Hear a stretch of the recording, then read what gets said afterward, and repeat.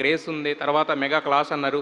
So boss నుంచి ఒక solo song ఆయన వింటేజ్ ఏదైతే ఉందో వాటితోటి ఏమైనా సాంగ్ ఎక్స్పెక్ట్ చేయొచ్చా? ఏమైనా ఏం ప్లాన్ చేసి? ఉంది ఉంది ఉంది మంచి నంబర్ ఉంది అది.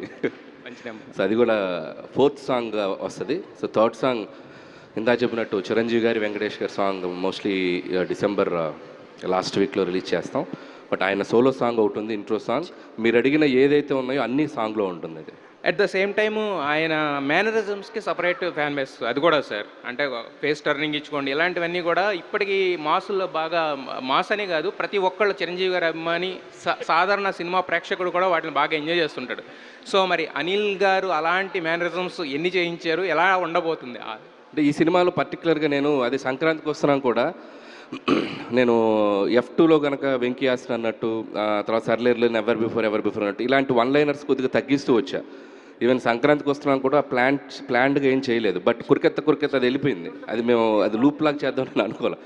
సో ఈ సినిమాకు కూడా ప్రత్యేకంగా ఏదో పెట్టాలని చేయలేదు కానీ, but every scene from start to end వరకు చిరంజీవి గారి టైమింగ్ కానీ, ఆయన బిహేవియర్ కానీ, సో ఆయన వన్ లైనర్స్ మాట్లాడే విధానం చాలా న్యాచురల్గా, లైవ్లీగా, మన పక్కింటోళ్ళతో ఎదురింటోళ్ళతో మాట్లాడినట్టు చాలా బాగుంటుంది. సో దాంట్లో ఏది కనెక్ట్ అవుద్దో నేను చెప్పలేను. బట్ ఆయన షో స్టీల్ చేసేసారు అంతే.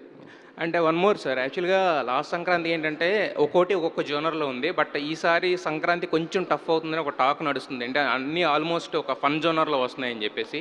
సో దాన్ని మీరు ఎలా చూస్తారు మీ పాయింట్ ఆఫ్ వ్యూలో? అసలు టఫే ఉంది. అందరూ జనాలందరినీ నవ్వించడానికి బయలుదేరితే అందరూ హ్యాపీగా అందరూ నవ్వుకోవటమే. Wish you all the best. Thank you.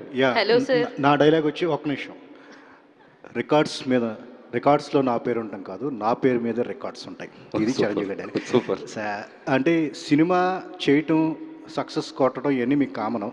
But ఈ సినిమా చేసేటప్పుడు ఒక చిరంజీవి ఫ్యాన్గా చిన్నప్పటి నుంచి ఆయన్ని మీరు ప్రేమించిన విధానాన్ని కానీ, అభిమానించిన విధానాన్ని కానీ ఆయనతో దగ్గరుండి షేర్ చేసుకున్నారని చెప్పి తెలిసింది. సో ఏంటి అదంతా, ఎలా చిరంజీవి గారు మురిసిపోయారు మీ అభిమానం చూసని కూడా చాలామంది మాట్లాడుకుంటూ వచ్చారు. సో దా జర్నీ గురించి. సో నేను అంటే యాక్చువల్గా చిన్నప్పుడు మొన్న ఇంటర్వ్యూలో కూడా చెప్పాను, స్కూల్ డేస్లో నేను ఆయన పాటలకు బాగా డ్యాన్స్ చేసేవాడిని. సో తెలియకుండా ఆయన సినిమాల్లో ఆయన కామిక్ టైమింగ్ కానీ, ఆయన ప్రజెంట్ చేసే విధానంలో కానీ ఒక తెలియని ఇన్ఫ్లుయెన్స్ ఉంది చూసి. సో నాకు ఎందుకో అంటే బై చైల్డ్హుడ్ నాకు మూవీ బఫ్ అండి. నేను సినిమాలకి ఒక అడిక్ట్ అయిపోయిన ఒక అబ్బాయిని.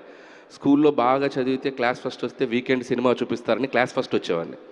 సో వారానికి ఒక సినిమా చూశాను. అంటే 52 సినిమాలు, 52 వారాలు అంటే 52 సినిమాలు చూసేవాడిని ఆ ఏజ్లో, 5th క్లాస్ 6th క్లాస్లో. సో అలా చిరంజీవి గారి సినిమాలు, బాలకృష్ణ గారి సినిమాలు, నాగార్జున గారి సినిమాలు, వెంకటేష్ గారి సినిమాలు, రాజేంద్ర ప్రసాద్ గారి సినిమాలు, నరేష్ గారి సినిమాలు, అంటే థియేటర్లో టౌన్లో ఏ సినిమా ఉంటే ఆ సినిమాకి వెళ్ళిపోయేవాడిని.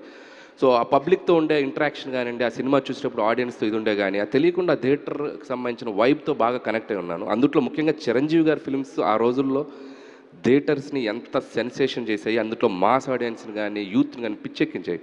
సో ఆ వైబ్ ఆయన రీఎంట్రీ తర్వాత ఆయన డిఫరెంట్ జోనర్స్ చేస్తూ వచ్చారు.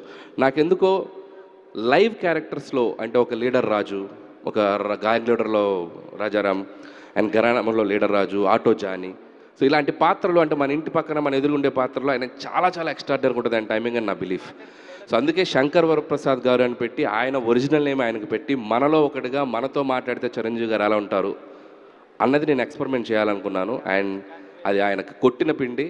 మీరు రేపు సినిమా చూస్తారు, చిరంజీవి గారిని చూసి ద ఫస్ట్ ఫ్రేమ్లోనే మనం సర్ప్రైజ్ అయిపోతాం. And he did a fantastic